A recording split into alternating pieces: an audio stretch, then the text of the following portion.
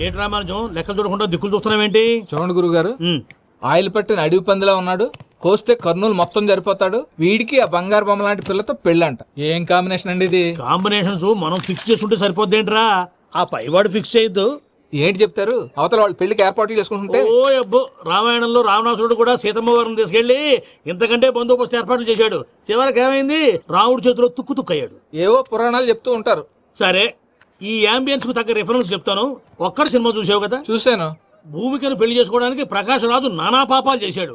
Climax లో ఏమైంది, మహేష్ బాబు చేతిలో బట్టి గరిచాడు. అయితే ఇప్పుడు ఏమంటారు? స్త్రీకి ఇష్టం లేకుండా పురుషుడు పెళ్లి చేసుకోవాలనుకుంటే అది జరగదు. అయితే ఇది జరగదా? అయ్యగారు పూజమ్మ గారు కనబడట్లేదు అయ్యగారు. జరిగిందా? గురుగారు ఎలా చెప్పగలిగారు? ఫార్ములా రామానుజం. ఒక్క నిమిషం గురుగారు. నాకు తెలిస్తే చంపేస్తాడు. వెతకండి, వెళ్ళి వెతకండి. ఆగండి, ముందు నేను చెప్పేది వినండి.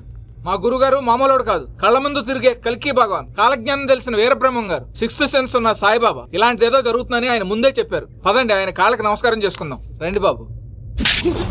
వెళ్ళండి, ఏం చూస్తారు? పోయి వెతకండి. ఏంటి గురుగారు ఇలా కొట్టేశాడు?